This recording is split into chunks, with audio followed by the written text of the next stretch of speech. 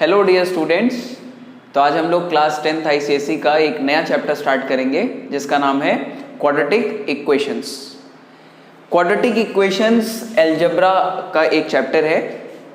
तो आपने class 9th में एक चैप्टर पढ़ा होगा पॉलिनोमियल। तो उसमें आपने कई सारे पॉलिनोमियल्स देखे होंगे। लीनियर पॉलिनोमियल, एक होता है क्वाड्रेटिक पॉलिनोमियल, फिर एक होता है क्यूबिक पॉलिनोमियल। तो जिस पॉलिनोमियल की डिग्री 1 होती है उसको हम लीनियर पॉलिनोमियल बोलते हैं, जिस पॉलिनोमियल की डिग्री 2 होती है उसको हम क्वाड्रेटिक पॉलिनोमियल बोल देते हैं, जिसकी डिग्री 3 होती है उसको हम क्यूबिक पॉलिनोमियल बोल देते हैं। तो यहाँ पे हमें क्वाड्रेटिक इक्वेशन के बारे में पढ़ना है। क्वाड्रेटिक इक्वेशंस जैसे आपने क्लास 9 में लीनियर इक्वेशन पढ़ा होगा। चलो मैं एक बार आपको रिवाइज करा देता हूँ। जैसे सबसे पहले अगर हम किसी पॉलिनोमियल की बात करते हैं, पॉलिनोमियल की,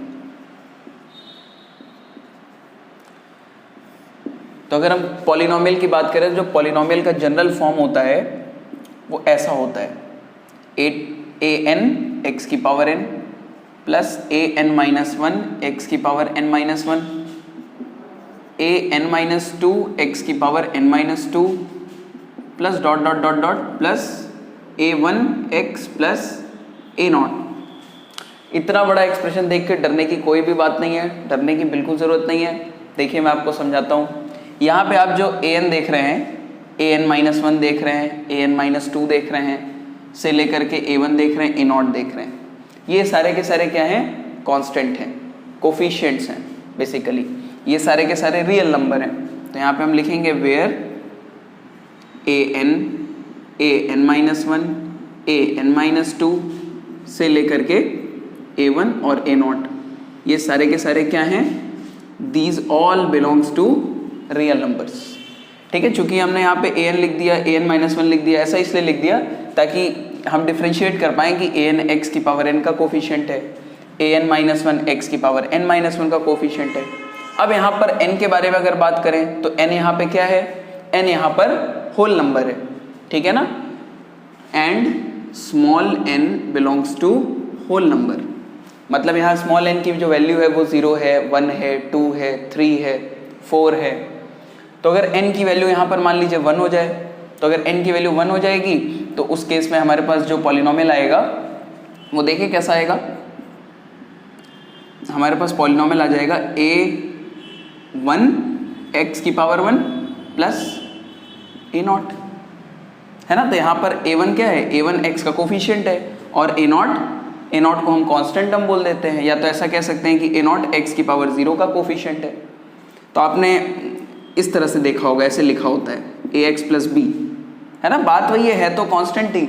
अब चाहे इसको a से दिखा दें, चाहे b से दिखा दें, चाहे c से दिखा दें, मुद्दा ये है कि अगर किसी भी पॉलिनोमियल में वेरिएबल का हाईएस्ट पावर 1 है तो उस पॉलिनोमियल को हम लोग क्या बोलते हैं? उस पॉलिनोमियल को हम लोग लीनियर पॉलिनोमियल बोलते हैं, लीनियर पॉलिनोमियल, ठीक है ना। अब polynomial of degree 1 is called linear polynomial. उसी तरीके से मान लीजिए यहाँ पर n की वैल्यू 2 हो जाए, n की वैल्यू 2 हो जाए तो हमारे पास जो पॉलिनोमियल आएगा उसके टर्म्स कैसे कैसे होंगे? उसके टर्म्स होंगे, अगर मान लीजिए यहीं पे रख दें तो a2x² plus a1x plus a0, इस तरीके से करके आएगा।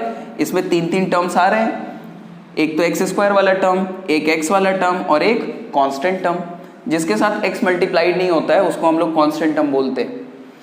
तो आप देखते होंगे जनरली इसको इस तरह से न लिख करके ऐसे लिखा जाता है, मतलब इस तरह से डिनोट किया जाता है ax² plus bx plus c, ठीक है। केवल डिनोट करने का खेल है, बाकी चीज़ें वही हैं, है ना। ये सब भी रियल नंबर्स हैं a b c। तो इसी चीज़ को हम क्या बोल देते हैं? इसको हम क्वाड्रेटिक पॉलिनोमियल बोलते हैं। तो इसका मतलब ऐसा पॉलिनोमियल जिसकी डिग्री 2 हो उसको हम क्वाड्रेटिक पॉलिनोमियल बोलते हैं। जिसकी डिग्री 1 होती है उसको लीनियर पॉलिनोमियल, जिसकी डिग्री 2 होती है उसको क्वाड्रेटिक पॉलिनोमियल।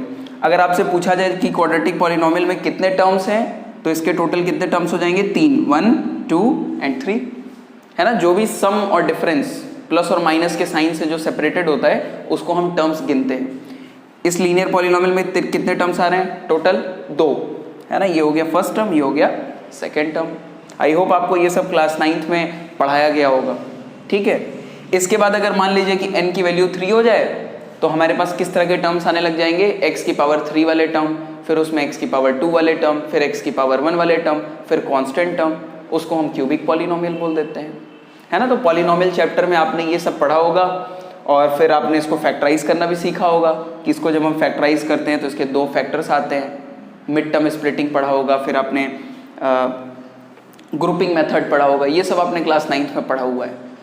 यहाँ पे हमें क्या पढ़ना है, चैप्टर का नाम है क्वाड्रेटिक इक्वेशंस। तो क्वाड्रेटिक पॉलिनोमियल क्या होता है ये बात हमको समझ में आ गई।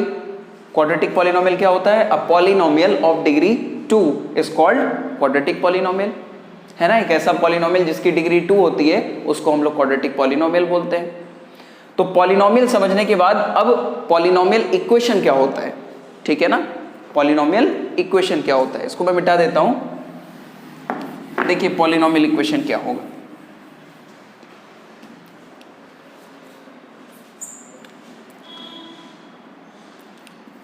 Px is equal to 0 is called a polynomial equation। बहुत ही सिंपल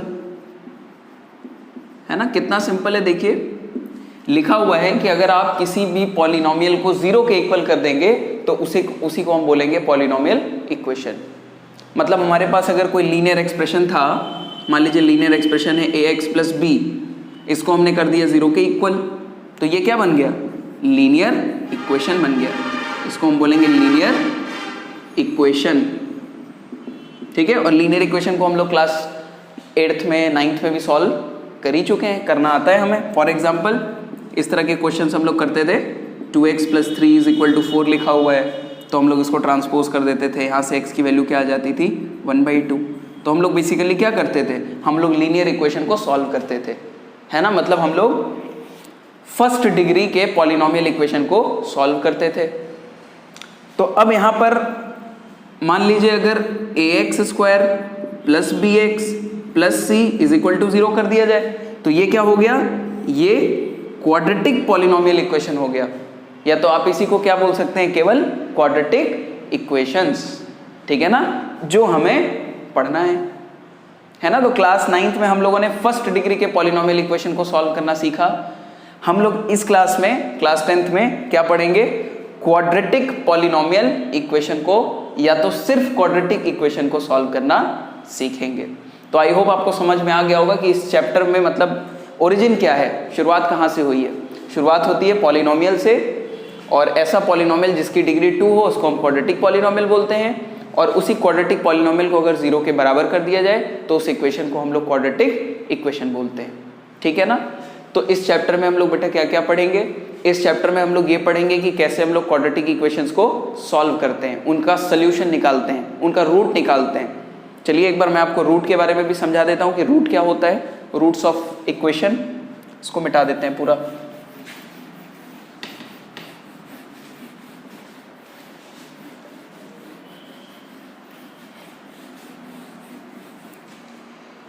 ये सब चीज़ें हालांकि आपकी किताब में नहीं दी हुई है, लेकिन आपको क्लैरिटी के लिए ये सब चीज़ें आनी चाहिए, है ना। मैं देखता हूँ कि जब मैं क्लास 11th के बच्चों को ये सारी चीज़ें पढ़ाता हूँ तो कई सारे बच्चों को ये सब बहुत अच्छे से क्लियर नहीं होता है, लेकिन ये सारी चीज़ें आपको क्लास 9th लेवल पे ही जो है क्लियर हो जानी चाहिए, क्योंकि आप बहुत ये बेसिक अलजेब्रा हम लोग क्लास 9-10 में ही पढ़ लेते हैं। तो ये सारी चीज़ें हमें क्लियर होनी चाहिए कि पॉलिनोमियल क्या होता है, रूट्स क्या होता है, ज़ीरोस किसको बोलते हैं, ठीक है ना। तो इसलिए आप इसको बहुत अच्छे से समझ लो। तो हम लोग बात कर रहे थे रूट्स ऑफ इक्वेशन की, है ना। रूट्स या तो इसी को हम सल्यूशन में बोल देते हैं, है ना, रूट्स और solution of a equation, of an equation कह दो, ऑफ एन इक्वेशन। जैसे फॉर एग्जाम्पल मान लीजिए कि यहाँ पर लिखा है 2x plus 3 is equal to 7, 2x plus 3 is equal to 7 लिखा है, और क्वेश्चन में लिख दिया solve for x, solve for x, x के लिए सॉल्व करो। तो आप यहाँ पे क्या करते हैं, इसको सॉल्व करके x की वैल्यू निकाल देते हैं। तो आप लिख देते हैं 2x इज इक्वल टू 4, यहाँ से x की वैल्यू कितनी आ जाती है 2, तो हम बोलते हैं कि भाई x बराबर 2 हमारा आंसर हो गया। तो एक्चुअल में ये जो x इज इक्वल टू 2 है वो इस लीनियर इक्वेशन का, वो इस लीनियर इक्वेशन का क्या कहलाएगा? रूट कहलाएगा या तो सॉल्यूशन कहलाएगा। मतलब हम लिखेंगे x is equal to 2 is a solution और रूट ऑफ लीनियर इक्वेशन। ठीक है ना? मतलब x की जो वैल्यू हम निकालते हैं वो बेसिकली इसी इक्वेशन का क्या कहलाता है? रूट कहलाता है या तो सॉल्यूशन कहलाता है। मतलब अगर हम x इज इक्वल टू 2 इस इक्वेशन के लेफ्ट हैंड साइड में रख देंगे तो हमारा जो लेफ्ट हैंड साइड है वो राइट हैंड साइड के बराबर आएगा। मतलब x इज इक्वल टू 2 इस इक्वेशन को सेटिस्फाई करेगा। तो इसका ये मतलब यहां से हुआ कि वो वैल्यूज जो किसी भी इक्वेशन को सेटिस्फाई करती हैं उन वैल्यूज को हम क्या बोलते हैं? उस इक्वेशन का रूट बोलते हैं या तो सॉल्यूशन बोलते हैं। क्लियर हो गया आपको? फिर से एक बार रिपीट कर दिया जाए। हम ये बोल रहे हैं कि कोई भी ऐसा रियल नंबर है ना, कोई भी ऐसा रियल नंबर जो किसी भी इक्वेशन में रखने पर सेटिस्फाई करता है उस इक्वेशन को, उसी रियल नंबर को हम क्या बोलते हैं? उस इक्वेशन का रूट बोलते हैं या तो सॉल्यूशन बोलते हैं। अब चूंकि ये लीनियर इक्वेशन है, मतलब ये 1 डिग्री इक्वेशन है, तो किसी भी इक्वेशन की जितनी डिग्री होती है उतने नंबर ऑफ उसके सॉल्यूशन होते हैं। मतलब इस इक्वेशन का एक ही ऐसा सॉल्यूशन होगा जो इस इक्वेशन को सेटिस्फाई करेगा। मतलब x की ऐसी एक ही वैल्यू होगी जो इस इक्वेशन का रूट होगा या तो सॉल्यूशन होगा। तो उसी तरह से आप यहां से प्रेडिक्ट कर पाएंगे कि क्वाड्रेटिक इक्वेशन की डिग्री 2 होती है। क्वाड्रेटिक इक्वेशन की डिग्री 2 होती है, इसका मतलब क्वाड्रेटिक इक्वेशन के कितने नंबर ऑफ रूट्स होंगे? 2, है ना। एग्जाम्पल के तौर पे मान लीजिए कि मेरे पास एक बहुत साधारण सा इक्वेशन है x² + 2x + 1 is equal to, इसको ऐसा कर लेते हैं, इसको 3 कर लेते हैं और इसको हम 2 कर लेते हैं, इज इक्वल टू 0। अब मान लीजिए हमने यहाँ पर क्या पुट कर दिया? हमने यहाँ पर पुट कर दिया x इज इक्वल टू -1। तो x इज इक्वल टू -1 अगर हम इसमें पुट कर देंगे तो आप देखेंगे कि -1 का स्क्वायर + 3 मल्टीप्लाइड बाई -1 + 2, तो ये कितना आ जाएगा बच्चों? ये आ जाएगा 1 - 3 + 2 कितना आ रहा है? 0। देखिए लेफ्ट हैंड साइड की वैल्यू राइट हैंड साइड के बराबर आ रही है। इसका मतलब क्या हुआ कि x is equal to -1 is a root of equation, above equation. ठीक है। उसी तरह से एक बार क्या करें, इस इक्वेशन में जरा एक बार -2 पुट करके देख लेते हैं। तो इसमें अगर हम x इज इक्वल टू -2 को पुट कर दें तो -2 का स्क्वायर + 3 मल्टीप्लाइड बाई -2 + 2, तो यहाँ से कितना आ जाएगा? यहाँ से हमारे पास आ जाएगा 4 - 6 + 2 अगेन 0। LHS की वैल्यू क्या आ रही है? RHS के बराबर आ रही है। तो इसका मतलब ये हुआ कि x इज इक्वल टू -1 और x इज इक्वल टू -2 इस क्वाड्रेटिक इक्वेशन के क्या कहलाएंगे? रूट्स कहलाएंगे या तो सॉल्यूशन कहलाएंगे। तो चूंकि इस क्वाड्रेटिक इक्वेशन की डिग्री जो है वो 2 है, हर एक क्वाड्रेटिक इक्वेशन की डिग्री 2 होती है, तो इसके टोटल नंबर ऑफ रूट्स भी कितने होंगे? 2, है ना। लीनियर इक्वेशन के कितने रूट्स होते हैं? 1। क्यूबिक इक्वेशन का आपसे पूछा जाए कि कितने रूट्स होंगे तो आप क्या बताएंगे? 3 बताएंगे। तो जिस भी पॉलिनोमियल की जितनी डिग्री होती है उतने नंबर ऑफ उसके रूट्स होते हैं। जिस भी पॉलिनोमियल इक्वेशन की जितनी डिग्री होती है उसके उतने ही नंबर ऑफ रूट्स होते हैं। बात समझ में आ गई आपको? क्लियर हो गई एकदम अच्छे से? आप चाहें तो इतना लिख भी लें।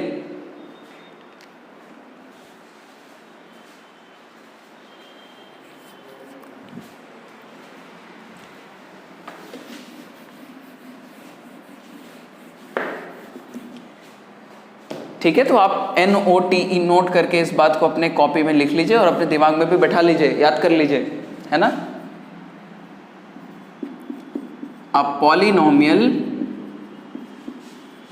इक्वेशन ऑफ डिग्री n, है ना, of degree n has n number of roots और सॉल्यूशन। ठीक है ना। किसी भी पॉलिनोमियल इक्वेशन की जितनी डिग्री होती है उतने नंबर ऑफ उसके रूट्स होते हैं। तो इस चैप्टर में हमको क्या पढ़ना है? इस चैप्टर में हमको ये पढ़ना है कि कैसे हम क्वाड्रेटिक इक्वेशन को सॉल्व कर सकते हैं। सॉल्व करने का मतलब उसके रूट्स को फाइंड करना, किसी भी इक्वेशन को जब आप सॉल्व करते हैं तो आप उसके रूट को फाइंड करते हैं, कैलकुलेट करते हैं, निकालते हैं। तो हम सबसे पहले इसमें ये सीखेंगे कि कैसे हम लोग क्वाड्रेटिक इक्वेशन के रूट्स को फाइंड करेंगे। तो क्वाड्रेटिक इक्वेशन के रूट को फाइंड करने के 3 मेथड्स हम लोग इसमें पढ़ेंगे। पहला मेथड हमारा होगा स्प्लिटिंग मेथड, दूसरा मेथड हम लोग पढ़ेंगे कंप्लीटिंग द स्क्वायर मेथड, और उसके बाद तीसरा मेथड पढ़ेंगे श्रीधराचार्य फॉर्मूला, या तो जिसको हम बोलते हैं क्वाड्रेटिक फॉर्मूला। ठीक है ना। इसके बाद अगली एक्सरसाइज में हम लोग क्या करेंगे, हमें वर्ड प्रॉब्लम दिया रहेगा, जिससे आप लोगों को डर लगता है। बिल्कुल भी डरने की बात नहीं है, मैं आपको ऐसा पढ़ाऊंगा कि सारा सवाल आपका जो है बड़े अच्छे से क्लियर होता जाएगा। डरने की कोई बात नहीं है। बच्चों के सामने वर्ड प्रॉब्लम का नाम ले लो तो बच्चे एकदम डर जाते हैं कि वर्ड प्रॉब्लम सर कितना मुश्किल है, कैसे हो पाएगा, है ना। बिल्कुल डरने की बात नहीं है। तो इसमें अगला एक्सरसाइज जो है वर्ड प्रॉब्लम का आएगा। तो वर्ड प्रॉब्लम को पढ़ के हमें क्या करना रहेगा, उसमें क्वाड्रेटिक इक्वेशन को फॉर्म करना रहेगा और फॉर्म करके उसको सॉल्व करना रहेगा। जैसे प्रीवियस क्लासेस में आप लोग वर्ड प्रॉब्लम करते थे ना, तो उसमें लीनियर इक्वेशन बनता था, तो उसी तरह से इस चैप्टर में क्वाड्रेटिक इक्वेशन बनेगा। ठीक है। तो आई होप आपको इस चैप्टर का बैकग्राउंड समझ में आ गया है। मेरा मोटिव ये था कि मैं आपको ये चीज़ें बहुत कायदे से समझा दूं, आपको ये बात समझ में आ जाए कि पॉलिनोमियल क्या होता है, डिग्री क्या होती है, फिर रूट्स क्या होते हैं, है ना। पॉलिनोमियल में और पॉलिनोमियल इक्वेशन में अंतर क्या होता है। आई होप इतनी चीज़ें आपको अभी क्लियर हो गई होंगी। और धीरे धीरे जब हम अलजेब्रा में आगे बढ़ेंगे तो जो भी बेसिक चीज़ें हैं मैं कवर करते हुए बीच बीच में चलूँगा। ठीक है। तो चलिए हम लोग अपने चैप्टर को शुरू करते हैं।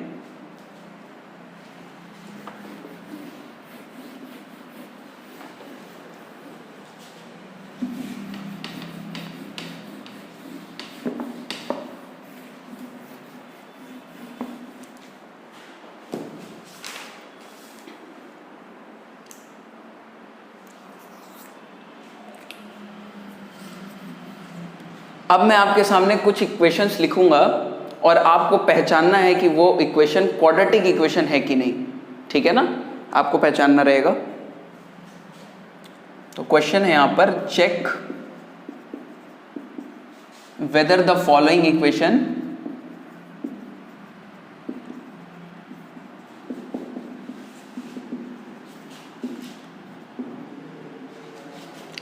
Are quadratic or not. ठीक है ना, क्वाड्रेटिक और नॉट। तो हमें यहां पर पहचानना है कि जो दिए गए इक्वेशंस हैं वो क्वाड्रेटिक इक्वेशन है कि नहीं है। ठीक है। तो पहला वाला जो यहां पर इक्वेशन हमें दिया हुआ है वो दिया है x-2 का whole square plus 1 is equal to 2x-3। ठीक है। तो ये हमें इक्वेशन दिया हुआ है। तो हमें क्या करना है कि हमें अपने इक्वेशन को पहले स्टैंडर्ड फॉर्म में लिख लेना है। एक चीज़ मैं आपको और बता दूं, क्वाड्रेटिक इक्वेशन का जनरल फॉर्म क्या होता है। क्वाड्रेटिक इक्वेशन का जनरल फॉर्म यही होता है, ax² plus bx plus c is equal to 0, है ना। अभी पहले बताया था ना आपको। तो इसी को जनरल फॉर्म बोलते हैं। अगर आपसे कोई कहे कि क्वाड्रेटिक इक्वेशन का जनरल फॉर्म लिख के बताओ या तो उसका स्टैंडर्ड फॉर्म लिख के बताओ, तो यही उसका स्टैंडर्ड फॉर्म या तो जनरल फॉर्म है। कोई भी क्वाड्रेटिक इक्वेशन अगर है तो उसको हम इस फॉर्म में एक्सप्रेस कर सकते हैं। ठीक है ना। यहाँ पर जो x² का कोफिशिएंट होता है उसको हम लीडिंग टर्म कोफिशिएंट बोलते हैं, जो x का कोफिशिएंट होता है उसको हम लीनियर टर्म कोफिशिएंट बोलते हैं, और जो c होता है उसको हम कांस्टेंट टर्म बोलते हैं। इसको लिख लो। चलो यहाँ पर पहले तो क्या, जैसे पॉलिनोमियल में था यहाँ भी a b c तीनों रियल नंबर हैं, यहाँ पे सारे रियल इक्वेशन की बात होगी। तो a को हम क्या बोलेंगे, leading term coefficient, leading term coefficient. फिर उसके बाद b क्या है, b को हम बोलेंगे linear term coefficient, linear term coefficient, और c है कांस्टेंट टर्म, कांस्टेंट टर्म। ठीक है ना। तो आई होप आपको ये याद रहेगा। तो अब हमारे सामने अगर कोई भी इक्वेशन है तो हमें उसको स्टैंडर्ड फॉर्म में लिखना है।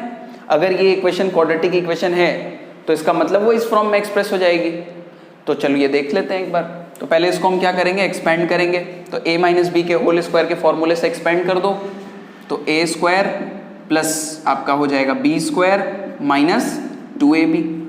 ठीक है, plus 1 is equal to 2x minus 3। तो यहां पर क्या होगा, सबको आप LHS में ले आइए, तो एक्स स्क्वायर माइनस 6x और ये कितना आ जाएगा 4 + 1 5 और ये 8 प्लस 8 हो गया इज इक्वल टू 0। तो आप यहां पर देख रहे हैं कि हमारे पास एक ऐसा इक्वेशन आ गया है जिसके वेरिएबल का हाईएस्ट पावर 2 है। तो इसका हाईएस्ट पावर 2 है, इसका मतलब इसकी डिग्री कितनी है 2। तो हमारे पास एक ऐसा इक्वेशन है जिसकी डिग्री है 2, तो इसका मतलब ये क्या हो गया क्वाड्रेटिक पॉलिनोमियल हो गया। तो कहेंगे since it is a equation of degree 2 so it is a quadratic equation. ठीक है ना, चूंकि इसकी डिग्री 2 है तो ये क्वाड्रेटिक इक्वेशन है। और देखिए ये क्वाड्रेटिक इक्वेशन है इसलिए ये इस फॉर्म में एक्सप्रेस भी हो जा रहा है। यहाँ पे आप देखिए एक्स स्क्वायर का कोफिशिएंट कितना है 1 है, एक्स स्क्वायर को 1 से मल्टीप्लाई किया गया है। यहाँ पर एक्स का कोफिशिएंट क्या है, एक्स का कोफिशिएंट -6 है। आप एक बात का ध्यान रखिएगा कि जब भी आपसे कोई कोफिशिएंट पूछेगा तो आप उसका कोफिशिएंट साइन के साथ बताएंगे। अगर यहाँ -6 लिखा हुआ था तो आप ऐसे समझिए ये इस तरह से लिखा था। ठीक है, जब भी आपसे कोई कोफिशिएंट पूछा जाता है तो आप हमेशा उस नंबर को उसके साइन के साथ बताते हैं। और किसी भी नंबर का साइन कहाँ पे होता है, उस नंबर के लेफ्ट में। ठीक है ना, उस नंबर के लेफ्ट में। तो x का कोफिशिएंट यहाँ पे -6 है और इस इक्वेशन में कांस्टेंट टर्म क्या है, कांस्टेंट टर्म 8 है। ठीक है, तो इसका मतलब ये इक्वेशन हमारा क्वाड्रेटिक इक्वेशन हो गया। आई होप आपको बहुत अच्छे से क्लियर हो रहा होगा। चलिए आगे बढ़ते हैं।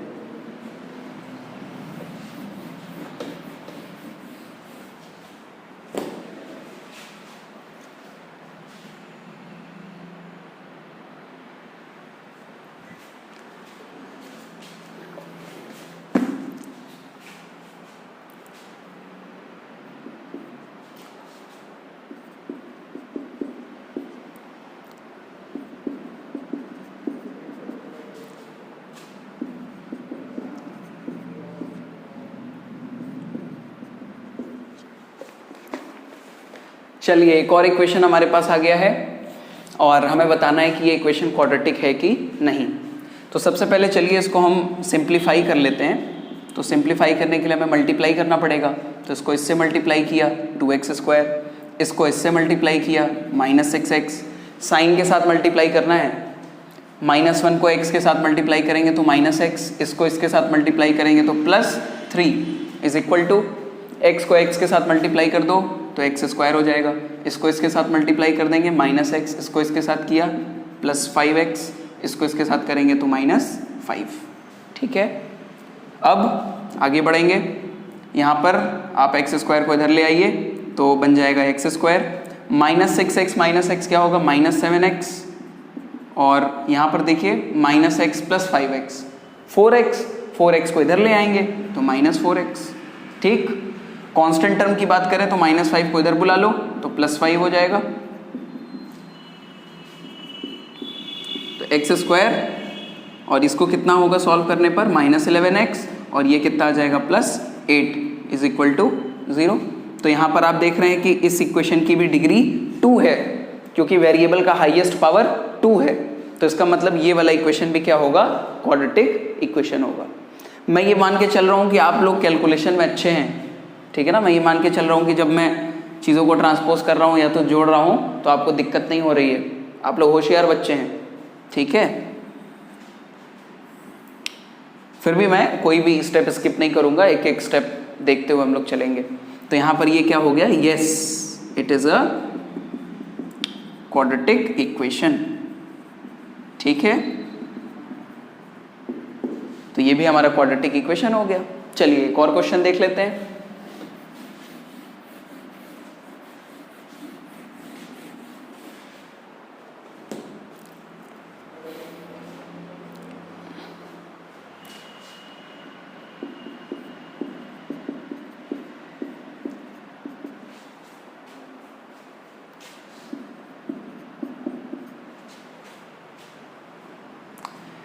ठीक है, एक और हमने एग्जांपल लिया हुआ है यहाँ पर और हमें बताना है कि ये क्वाड्रेटिक इक्वेशन है कि नहीं है। तो सबसे पहले तो आप देखिए यहाँ पर लिखा है a प्लस बी का होल क्यूब, तो हमें इसको एक्सपेंड करना चाहिए, है ना, क्योंकि एक्सपेंड करने के बाद पूरा सिंप्लीफाई करने के बाद हमें पता चल पाएगा कि ये इक्वेशन कैसा इक्वेशन है। तो चलिए इसको एक्सपेंड करते हैं। तो a प्लस बी का होल क्यूब का फॉर्मूला आपको याद होगा, एक बार मैं आपको रिवाइज करा देता हूँ। a प्लस बी के होल क्यूब का फॉर्मूला होता है a cube plus B cube plus 3ab bracket के अंदर a प्लस बी, ठीक है ना, a cube plus B cube plus 3ab bracket के अंदर a प्लस बी। तो उसी तरीके से इसको आप खोल दीजिए, तो आ जाएगा a cube plus B cube plus 3ab bracket के अंदर a प्लस बी, ठीक है, is equal to X cube minus 4, ठीक है। अब क्या होगा अगले स्टेप के अंदर, X cube plus 8 plus 6x bracket में x plus 2 is equal to X cube minus 4। तो एक्स क्यूब से बेटा क्या होगा, एक्स क्यूब कट जाएगा, तो अब एक्स क्यूब से एक्स क्यूब कट गया, ये है 8 प्लस, इसको इससे मल्टीप्लाई कर लेते हैं हम लोग, ये कितना आ जाएगा 12x is equal to minus 4 आ जाएगा। अब सारे इक्वेशन को सारे टर्म्स को LHS में कर लेते हैं। तो 6x स्क्वायर को पहले लिख दो प्लस 12x लिख दो, माइनस 4 इधर आ जाएगा तो प्लस 4 प्लस 8 मिलके प्लस 12 बन जाएगा इज इक्वल टू 0। अगेन हम देख रहे हैं कि ये इक्वेशन भी कैसा इक्वेशन बन गया बच्चों, क्वाड्रेटिक इक्वेशन बन गया, क्योंकि इस इक्वेशन के वेरिएबल का हाईएस्ट पावर 2 है ना, 2 का मतलब क्वाड्रेटिक, तो ये इक्वेशन भी हमारा क्या हो गया, क्वाड्रेटिक हो गया। तो आपको जल्दी जल्दी में फैसला नहीं लेना है कि देखो यहाँ पे तो एक्स क्यूब है, मतलब ये तो 3rd डिग्री का इक्वेशन हो गया, तो ये क्यूबिक हो गया। आपको क्या करना है, पहले इसको पूरा सिंप्लीफाई कर लेना है। आपको अगर कोई भी फॉर्मूला लग के एक्सपेंड हो रहा है तो आप इसको एक्सपेंड कर लीजिए। तो देखिए इसमें एक्सपेंशन के बाद क्या हुआ, एक्स क्यूब वाला टर्म कट गया आपस में, है ना, और कट के ये क्या बन गया, क्वाड्रेटिक इक्वेशन बन गया, ठीक है। तो आई होप आपको यहाँ तक चीज़ें बहुत शानदार तरीके से क्लियर हुई हैं। और आपको इस वीडियो को देखने के बाद कोई भी डाउट आता है तो आप नीचे कमेंट सेक्शन में उसको लिख सकते हैं। तो अगले वीडियो में हम क्या करेंगे, आपके पुराने डाउट्स को क्लियर कर देंगे, ठीक है। ऑल द बेस्ट, सुरक्षित रहिए और पढ़ते रहिए।